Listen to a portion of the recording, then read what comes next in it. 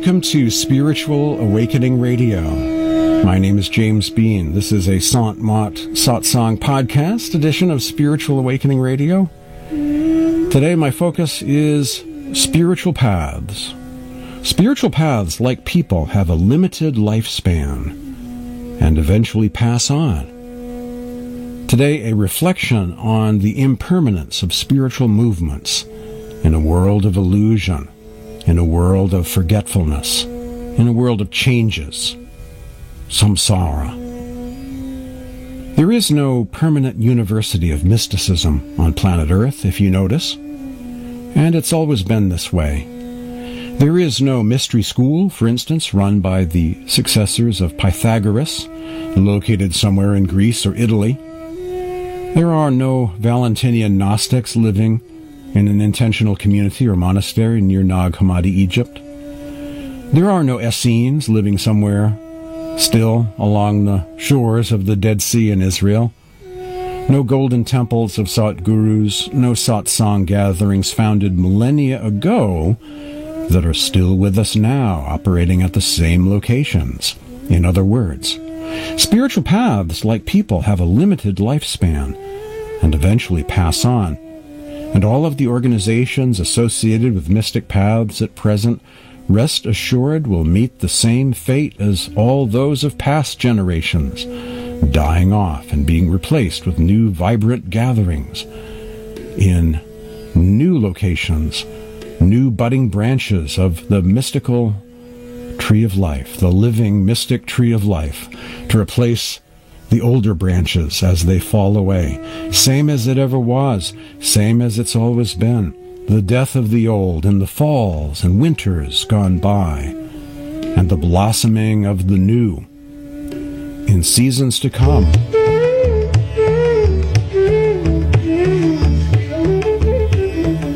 Today on Spiritual Awakening Radio, a reflection on the impermanence of spiritual movements in a world of forgetfulness, a world of samsara, changes, a world where truth sometimes disappears. As Swamiji Maharaj of Agra once said, the God of time has put a cover over the teachings of Sants. Spiritual paths, like people, have a limited lifespan. Paraphrasing Guru Nanak's Japji, countless are the gurus, countless the gadis, or seats of authority. Countless are the sants, countless are the mats, countless the satsangs, countless are the devotees. Of course, these groups are not all the same. One size or description does not fit all. Not being aware of the existence of an obscure Sant Mat path or lineage of masters doesn't make it false or of call, quote-unquote, any more than being intimately familiar with or attached to or having many family members in a spiritual path necessarily makes it true, quote-unquote. There are many stages groups might pass through during their history here in this ocean of samsara, this world of illusion and change. Some may be legitimate and in the alive category, with both the master and disciple having inner experiences, a rich contemplative life, alive and well. Inner regions are experienced during meditation. For them, mysticism is not reduced to theory confined to books, legends, stories about other people meditating decades ago. I want to share with you some of the possible death stages, and then we'll end things on a positive note as I endeavor to do. But what does it look like for a spiritual path to decline? You know, what are some of the descriptions of these possible phases, these latter phases in the lifespan of a spiritual path when it goes from elderly to no longer alive? There are groups that have lost their living guru fairly recently, and he or she appoints no successor. Thus, no new people get initiated in those groups. That's fairly common, actually, in India. There are many different groups that have experienced that. The light grows dim as the remaining devotees pass from the scene. There are paths where nobody has inner experiences, period. No light, no mystic sound, no water in the well. Only dusty cups on shelves. These cups were once used to quench the thirst of others who lived decades or perhaps even centuries earlier. They have become memorial societies dedicated to the past. They preserve descriptions of meals consumed by others decades ago, in days gone by.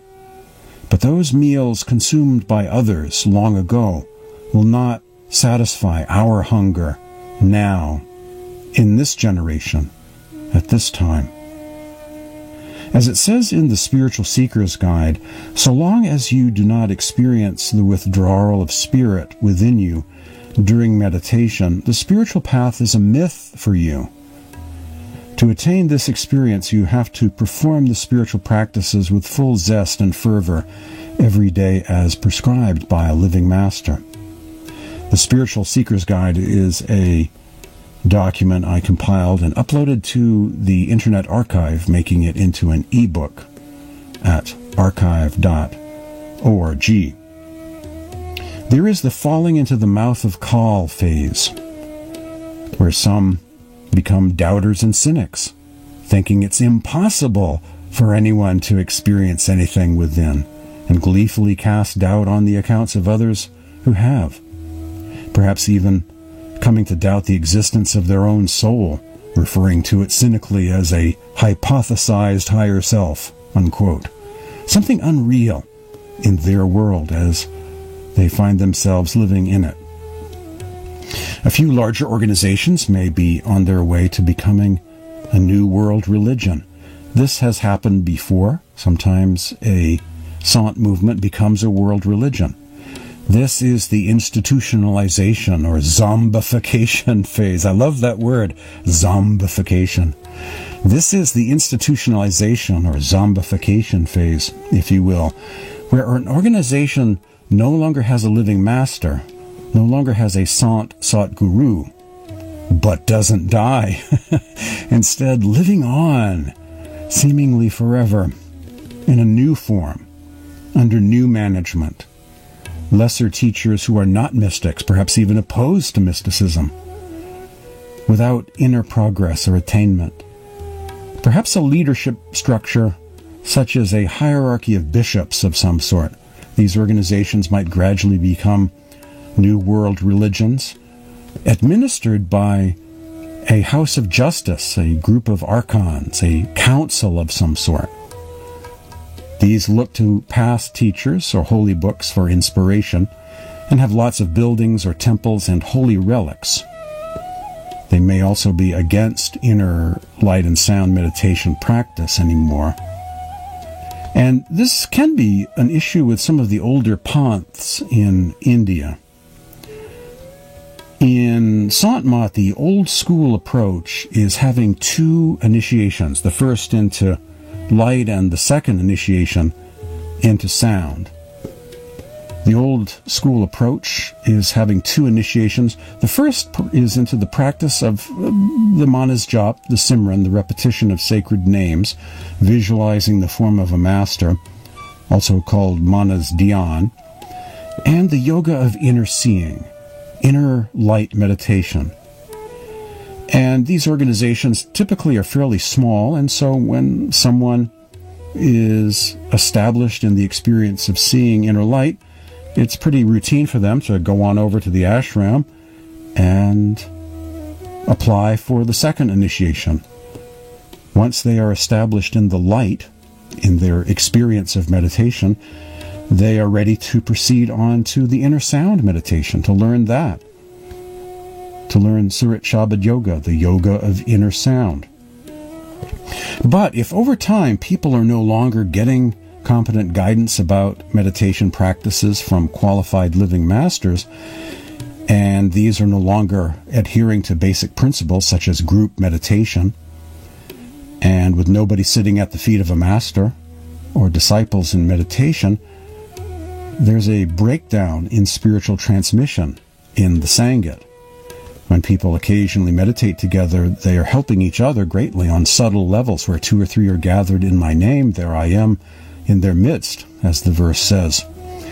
And meditation becomes easier. It's easier to see the inner light, easier to hear the inner sound when you're in a group of meditators, gathering together every morning at Brahma Muhurta, the hour of elixir, early in the morning, at the ashram, at the group meditation, which is a time-honored tradition in Sant Mat. Meditate at the feet of the Master. Meditate with each other. It's a tradition that goes back to Guru Nanak and Kabir and Tulsi Sahib, Darya Sahib, Swamiji. Group meditation has always been a very important practice, because it makes it into a spirituality that not only is taught, but is caught on a subtle level. It's really amazing.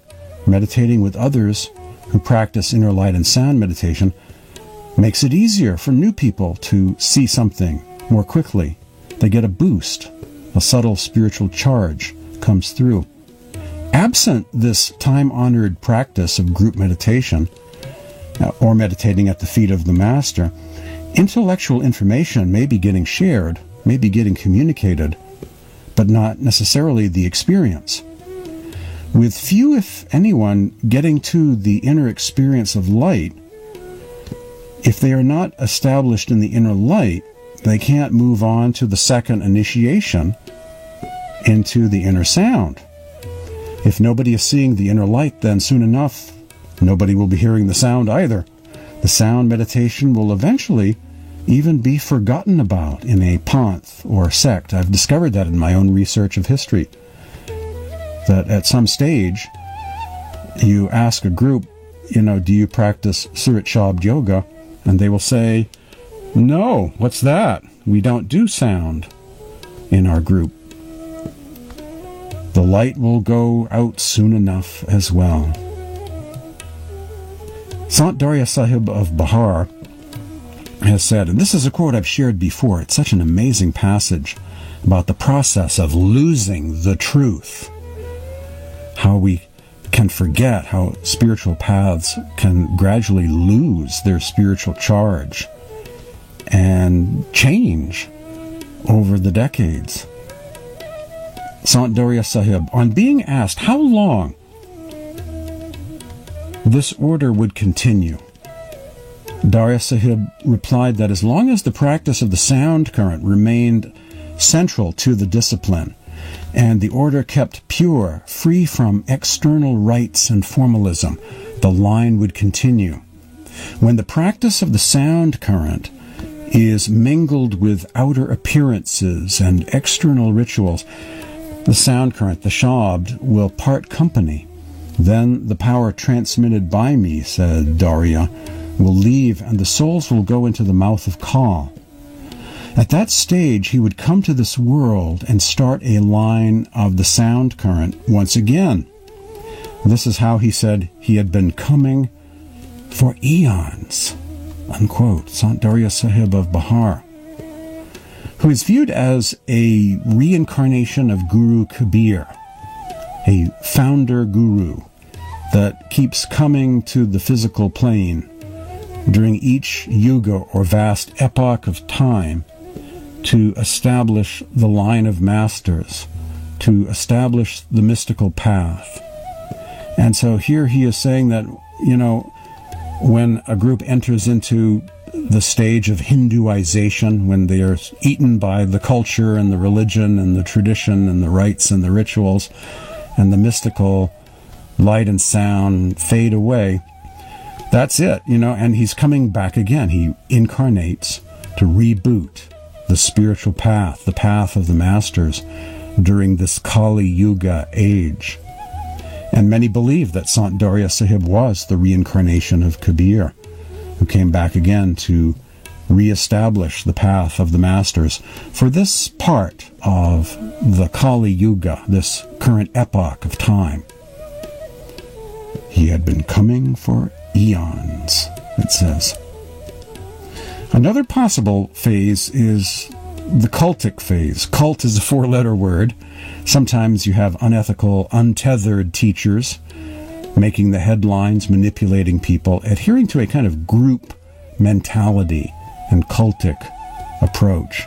Sometimes in India, headlines are made by such individuals. Some troll for disciples in the West and seem corrupted by seeking name and fame and followers from the West.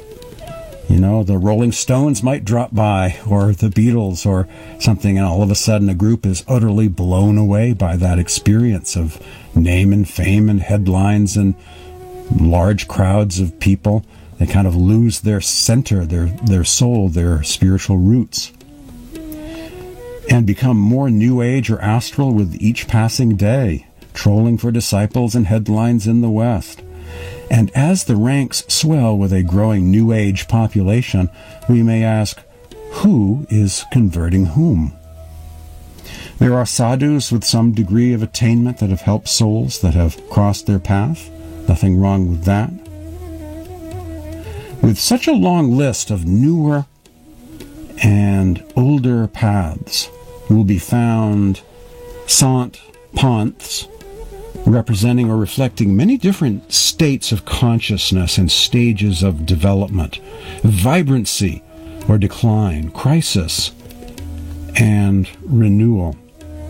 Thankfully, there have been many honest, loving, radiant, godly beings that have graced this planet with their enlightened compassion. They work with those who seek the path of the masters and successfully practice Rit Shabad Yoga in a way that's almost identical to the ideal spiritual path described by Swamiji Maharaj of Agra, Sant Tulsi Sahib of Hathras, and Darya Sahib of Bihar, with a rich mystical approach to meditation practice, traveling quite far along their journey back to God. For them, these teachings of Sant Sat Gurus are not merely group think or myth or belief. They have very real experiences, commencing with meditation practice. It's not so hard, really.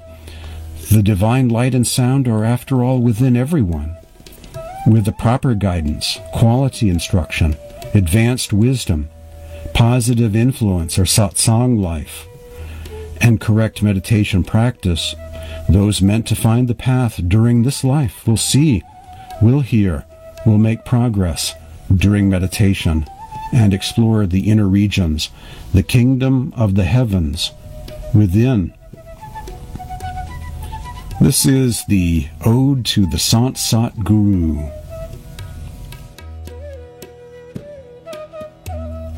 Rumi says, if you seek to know God, sit at the feet of the saints.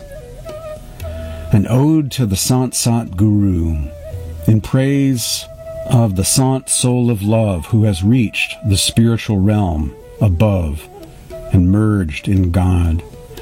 Hail to the competent living master, the qualified teacher, rare to find in this world, so few and far between. A true one, a genuine mentor of souls, righteous and worthy guide, a fearless being, light giver, leader of a spiritual community, with gratitude to the competent living one. In a sea of samsara, illusion, and world of changes, of falsehood and posing, there is a bright light in the darkness. A silent music becomes audible. At the feet of such a living, radiant one, the soul cannot help but find inner light and slip into deep samadhi meditation. In the eyes of a saint are love, wisdom, light, compassion, grace, a reflection of God in this realm of the material plane. It is the God within the Guru that makes the Guru a true Guru. God within the Master makes the Master a Master. Otherwise not.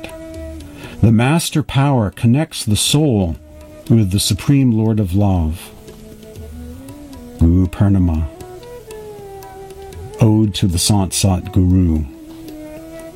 Swami Sant Seviji Maharaj once said, another common misconception is that prophets, saints, and mystics search for new truth. Rather, what they do is to simply remove the layers of dirt, of accumulated misinterpretations that have corrupted the truth. Then the living teacher will bring forth the very same truth in a new light.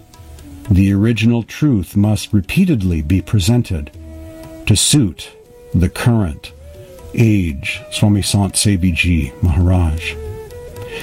As the Stoic philosopher Seneca once said, every new beginning comes from some other beginning's end.